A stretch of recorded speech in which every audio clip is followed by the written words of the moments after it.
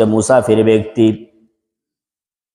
টাকা পয়সা নিয়ে বের হয়েছে বাসা থেকে, রাস্তায় আসার পরে সব টাকা পয়সা সব শেষ হয়ে গেছে।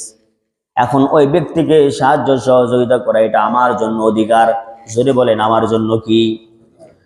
মুসাফির ব্যক্তি মসজিদের ভিতরে প্রবেশ করেছে, যদি আমি জানতে পারি লোকটি মুসাফির, দিনের জন্য সফর করছে, তাহলে তাকে সাহায্য সহযোগিতা করা এটা আমার জন্য অধিকার। আল্লাহর নবী বলেছেন 3 শ্রেণীর ব্যক্তির দোয়া আল্লাহর দরবারে বেলা ফাসলা, উইদাউট হিজাব কবুল হয়। 1 নম্বর দাওয়াতুল মুসাফির, মুসাফিরের দোয়া আল্লাহর দরবারে কবুল হয়। 2 নম্বর দাওয়াতুল মজলুম, মজলুম ব্যক্তির দোয়া আল্লাহর দরবারে কবুল হয়। 3 নম্বর দাওয়াতুল ওয়ালিদি আলা ওয়ালাদি, পিতামাতার দোয়া সন্তানের জন্য আল্লাহর দরবারে পর্দা ব্যতীতই কবুল হয়ে যায়। পর্দা ছাড়া আল্লাহর দরবারে কবুল হয়ে যায়। এজন্য মাজলুম ব্যক্তি, মুসাফির ব্যক্তি, এদের কাছ থেকে দোয়া নেবেন, তাদেরকে সহজ 1 কাপ চা খাওয়ান, যদি প্রয়োজন না হয় 1 কাপ চা খাওয়ান, যদি খাওয়ানোর সম্ভব হয়, যদি আপনার সামর্থ্য থাকে 1 প্লেট ভাত খাওয়ান। তারা যে দোয়া দিবে এটা আমার আপনার জীবনে অনেক কাজে আসবে। হযরত ইমাম আহমদ বিন হাম্বল রাহিমাহুল্লাহ, মুসনাদে আহমদ গ্রন্থের রচয়িতা, বিশাল বড় হাদিসের খেদমত তিনি করেছেন। তার গ্রন্থের ভিতরে 40,000 হাদিসের কালেকশন আছে। তা সুবহানাল্লাহ কইলেন না? সারাটা জীবন তিনি ভ্রমণ করেছেন, অনেক নির্যাতিত হয়েছেন তদানীন্তন সরকার কর্তৃক, এবং দেশের পর দেশ তিনি ভ্রমণ করেছেন শুধুমাত্র রাসূলুল্লাহর হাদিস কালেকশন করার জন্য। একবার সফর করতেছেন, রাত হয়ে গেছে, এক মসজিদের ভিতরে প্রবেশ করছেন, মাগরিবের নামাজ আদায় করলেন, এশার নামাজ আদায় করলেন। এশার নামাজের পরে মসজিদের খাদেম সাহেব বলতেছে তাড়াতাড়ি বের হন, দরজা লাগায় দিব। ইমাম আহমদ বিন হাম্বল বলতেছেন যে দেখো, আমি তো মুসাফির মানুষ, বুড়া মানুষ, শীতের রাত, কোথায় যাব, কোথায় থাকবো? আমি রাসূলুল্লাহর হাদিস কালেকশনের জন্য বের হয়েছি, তো তুমি যদি আমারে এখানে একটু রাতটা কাটাতে দাও, আমি এখানে মাগরিব পড়েছি, এশাও পড়েছি, ফজরও পড়বো ইনশাআল্লাহ, কাটাতে দাও, তাহলে আমি বুড়ো মানুষ, আমার জন্য বড় এহসান হয়। কারণ খাদেম সাহেব মানুষ, বেচারের উপরে তো এমনিতেই প্রেশার থাকে, কমিটির লোকের প্রেশার থাকে, আর ও তো কারো দায়িত্ব নিতে পারবে না। কয় না, তাড়াতাড়ি এখান থেকে বের হন, এখানে মসজিদে থাকার কোনো পারমিশন নেই। ইমাম আহমদ বিন হাম্বল বুড়ো মানুষ,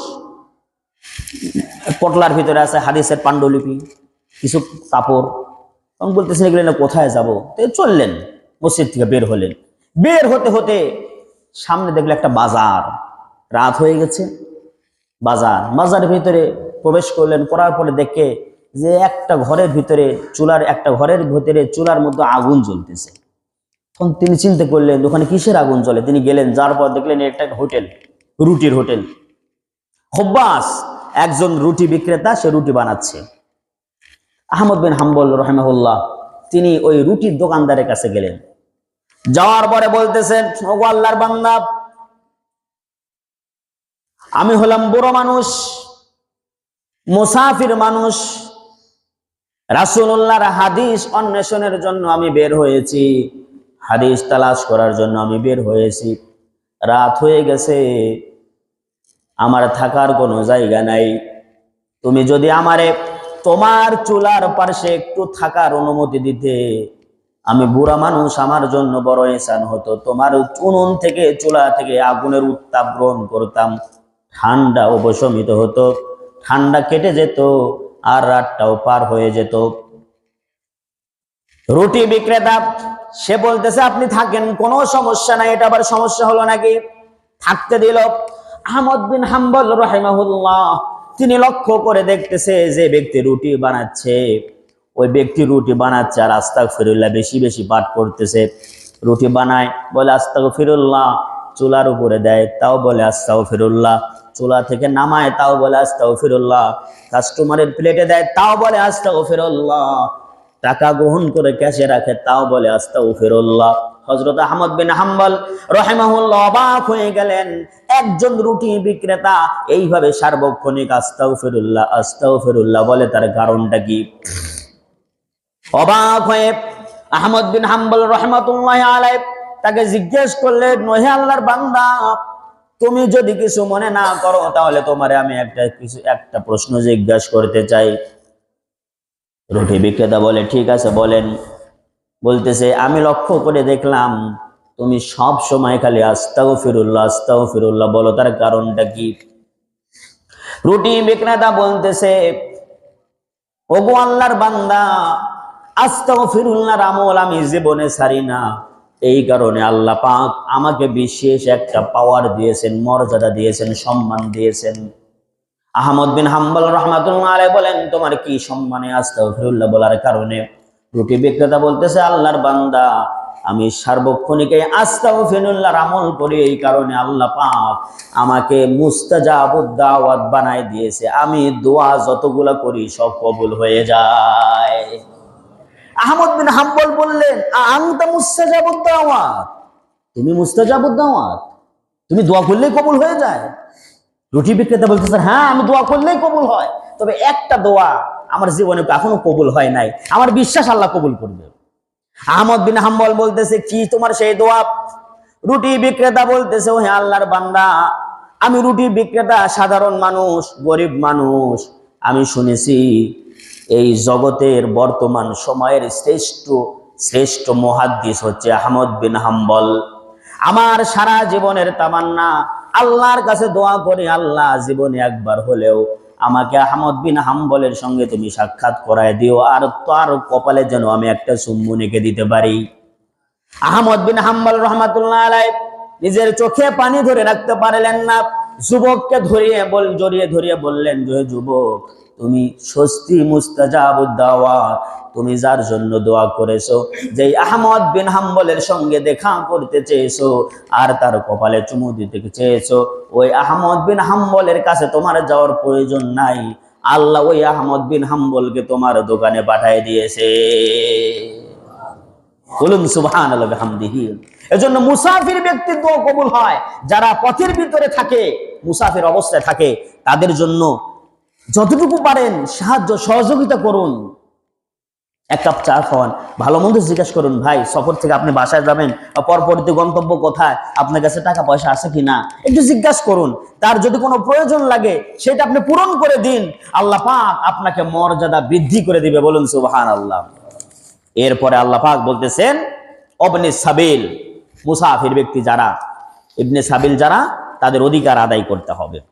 এরপর আল্লাহ পাক আয়াতের লাস্টের অংশে বলেন, ইন্নাল্লাহা লা ইউহিব্বু মান কানা মুখতালান ফাখুরা। নিশ্চয় আল্লাহ রাব্বুল আলামিন যারা অহংকার এবং দাম্ভিক, তাদেরকে আল্লাহ ভালোবাসেন না। অহংকার এবং দাম্ভিক এই দুইটা কিন্তু দুই জিনিস না। আরবিতে শব্দ হচ্ছে দুইটা, একটা হচ্ছে মুখতাল আর একটা হচ্ছে ফাখুর। মুখতাল মানে হচ্ছে অহংকারী। অহংকারী মানে কি? যে নিজে অহংকার করে, টাকার অহংকার, বিদ্যার অহংকার, বাড়ির অহংকার, ক্ষমতার অহংকার ইত্যাদির অহংকার। অহংকারের চোটে এমন ভাবে জমিনে চলাচল করে মনে হয় তার পা যেন জমিনে পড়বেই না। বগল ফোলাইয়া হাঁটে, চোখ উঁচু করে হাঁটে। সিগারেট মানুষের ডান হাত দিয়ে খায়, ও ধরে বাম হাত দিয়ে খায়, এম করে টান মেরে মারে, মানুষের গায়ে লাগুক আর লাগুক, দেখার বিষয় নাই। অহংকার নিজের ভিতর থেকে অহমিকা প্রকাশ করে, এর নাম হচ্ছে অহংকারী। আরবিতে বলা হয় এখানে মুখতাল। আর ফাখুর বলা হয় দাম্ভিক। মানুষকে নিজের ভিতরে তো অহংকার আছে, এই অহংকার আবার এই অহংকারের প্রভাব বিস্তার করে। কিভাবে? একটা লোককে 10,000 টাকা দিয়েছে, দেওয়ার পরে ওই লোকটা 10,000 টাকা দিয়ে ব্যবসা বাণিজ্য করে একটু টাকা পয়সার মালিক হয়েছে। এখন তার কাছে যখন সংবাদ গিয়েছে যে ও তো আপনার চাইতে বেশি টাকার মালিক হয়ে গেছে, ও আমার চাইতে বেশি মালিক হবে, আরে ওকে তো প্রথম 10,000 টাকা আমি দিয়েছিলাম, আমার টাকা দিয়ে তো ওই উঠছে। এর নাম বলা হয় দাম্ভিক। এর নাম কি? জোরে বলেন, এর নাম কি? দাম্ভিক। আল্লাহ পাক মুখতাল এবং দাম্ভিক যারা, তাদের কাউকে ভালোবাসেন না। আল্লাহ রাব্বুল আলামিন এই কথা স্পষ্ট করতেছেন, ইন্নাল্লাহা লা ইউহিব্বু মান কানা মুখতালান ফাখুরা। যারা অহংকার প্রদর্শন করে এবং দাম্ভিকতা দেখায়, তাদেরকে আমি আল্লাহ রব্বুল আলামিন কখনো ভালোবাসি না। অহংকার এবং দাম্ভিক যারা হয় তাদের এই দুনিয়ায় কোনো মর্যাদা থাকে না।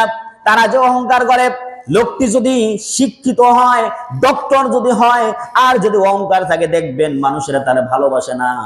বলে ওর ভিতরে বিদ্যা থাকলে কি হবে, সে অহংকারী, ঠিক কিনা? আর অহংকারীদেরকে আল্লাহ পাক সম্মানের চেয়ারও দান করে না। আল্লাহ পাক রব্বুল আলামিন এই দুনিয়ায় সম্মানের মর্যাদার চেয়ার দান করে তাদেরকে, যারা বিনয় বিনম্র, তাদেরকে আমার আল্লাহ সম্মানের সর্বোচ্চ মর্যাদায় পৌঁছিয়ে দেয়। সম্মানের সর্বোচ্চ জায়গায় আল্লাহ পাক তাদেরকে নিয়ে যায়। সুতরাং বিদ্যার অহংকার করবেন না। ইংলিশে কথা বলতে পারেন, এটা আপনার অহংকার। কিসের অহংকার? আমেরিকায় যায় দেখেন, যারা জুতা পালিশ করে এরা ইংরেজিতে কথা কয়। আরবিতে কথা বলতে পারেন, এটা আপনি বড় বড় অহংকার প্রদর্শন করেন। সৌদি আরব যায় দেখেন, যারা ম্যাথর তারাও আরবিতে কথা কয়। সুতরাং কিসের অহংকার? কতটুকু লেখাপড়া জানেন আপনি? ডক্টরেট পেয়েছেন তো কি হয়েছেন? এফআরসিএস ডিগ্রি নিয়েছেন তো কি হয়েছেন? ডিগ্রিতে দিয়েছেন ওই আল্লাহ। আল্লাহর কাছে কৃতজ্ঞ হন। আমার আল্লাহর জ্ঞানের এক বিন্দু তো আপনাকে দেয় নাই।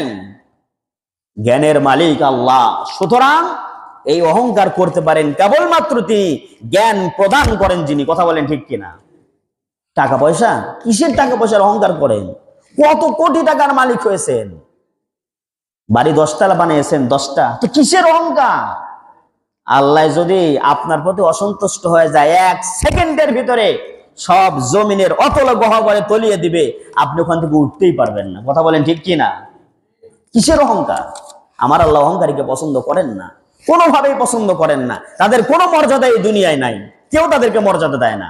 যারা বিনয় বিনম্র, সম্পদ পাওয়ার পরে কেউ যদি বিনয় বিনম্র হয়, আল্লাহ পাক তার মর্যাদা বাড়ায় দেয়, সম্পদও বাড়ায় দেয়। বলুন সুবহানাল্লাহ।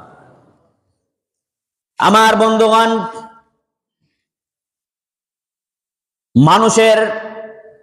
মানুষকে আল্লাহ পাক তার সান্নিধ্যে নিতে চান।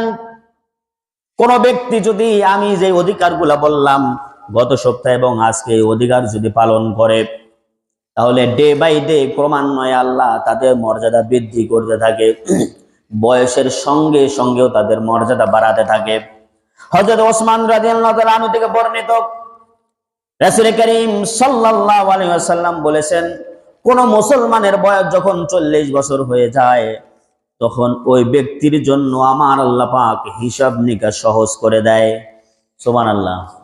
40 বছর হলে হিসাব নিকাশ সবকিছু আল্লাহ পাক তার জন্য সহজ করে দেয়। 60 বছর যখন বয়স হয়ে যায়, তখন ওই ব্যক্তিকে আল্লাহমুখী হওয়ার মতো তৌফিক দান করে দেয়। এরপরে 70